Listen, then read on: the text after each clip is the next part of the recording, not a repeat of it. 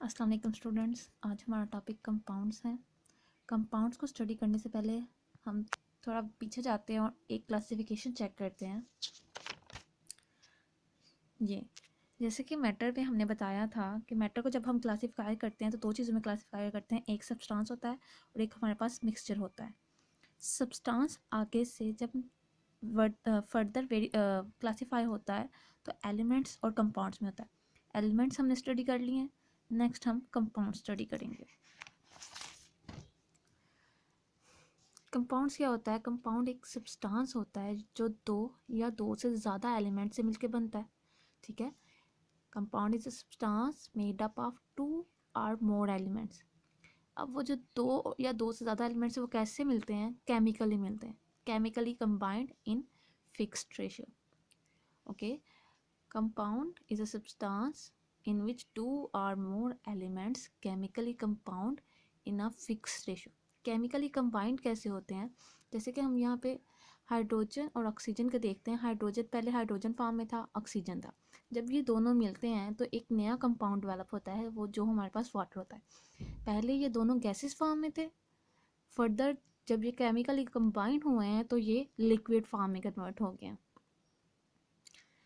अब fixed ratio क्या होता है?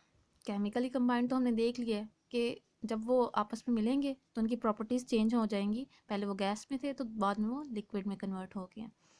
फिक्स्ड रेशियो में क्या होता है? यहाँ पे हमारे पास दो हाइड्रोजन है तो हर हाइड्रोजन का जो एटॉमिक मास होता है वो 1 होता है, तो 2 का 2 हो गया। ऑक्सीजन का एटॉमिक मास, यहाँ पे 2 ऑक्सीजन है, जब हम इसको हाफ में लेते हैं मीन्स हमने एक ऑक्सीजन लिया है। ठीक है, जब हम तो एक ऑक्सीजन का जो एटॉमिक मास होता है वो 16 होता है। जब हमने इनकी रेशियो ली तो ये 2 था और ये 16 था, ये 1 हो गया और ये 8। मीन्स अगर हम हाइड्रोजन वाटर की एग्जांपल लेते हैं तो हम कहते हैं वाटर हमारे पास 1:8 पे है, इसकी फिक्स रेशियो 1:8 है। देन आगे से हम इसकी क्लासिफिकेशन चेक करते हैं। कंपाउंड की क्लासिफिकेशन होती है, दो तरह के कंपाउंड होते हैं, एक हमारे पास आयनिक कंपाउंड्स होते हैं और दूसरे हमारे पास कोवलेंट कंपाउंड्स होते हैं। आयनिक कंपाउंड्स क्या होते हैं? आयनिक कंपाउंड्स ऐसे कंपाउंड्स होते हैं जिनके अंदर आयनिक बॉन्ड प्रेजेंट होता है। आयनिक बॉन्ड क्या होता है? आयनिक बॉन्ड ऐसा बॉन्ड होता है जो कंप्लीट ट्रांसफर ऑफ इलेक्ट्रॉन से मिलकर बनता है। कंप्लीट ट्रांसफर ऑफ इलेक्ट्रॉन से बनता है। जैसे कि हम यहाँ पे सोडियम और क्लोरीन की एग्जांपल ले रहे हैं। क्लोरीन के पास 7 इलेक्ट्रॉन होते हैं, 1 2 3 4 5 6 और 7। सोडियम के पास 1 होता है। तो अब वो कहता है मुझे कंप्लीट फिल करना है और ये भी कहता है मुझे कंप्लीट फिल करना है। कंप्लीट फिल करने के लिए इसके पास 8 इलेक्ट्रॉन्स पूरे होने चाहिए। ठीक है, तो इसको भी 8 चाहिए, तो ये 7 लेने की बजाय क्या करता है, अपना 1 डोनेट कर देता है, क्लोरीन को दे देता है। जब किसी भी मेटल के अंदर से, किसी भी एलिमेंट के अंदर से इलेक्ट्रॉन निकलता है तो उस पर पॉजिटिव चार्ज आता है, और जब भी किसी एलिमेंट के अंदर इलेक्ट्रॉन ऐड होता है तो उस पर नेगेटिव चार्ज आता है।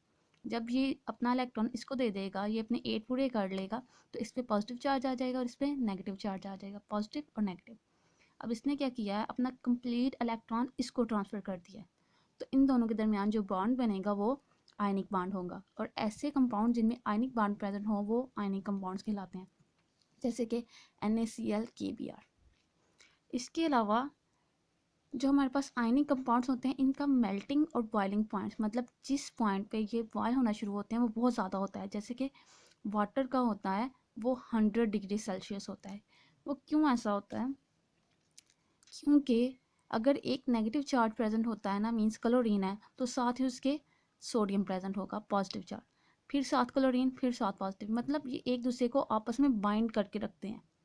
ठीक है, जब हम किसी को पकड़ के रखते हैं तो वो इजीली छूट नहीं सकता। इसी तरह नेगेटिव पॉजिटिव को बाइंड करके रखेगा, पॉजिटिव नेक्स्ट नेगेटिव को, नेगेटिव नेक्स्ट पॉजिटिव को, इस तरह ये आपस में जुड़े होते हैं।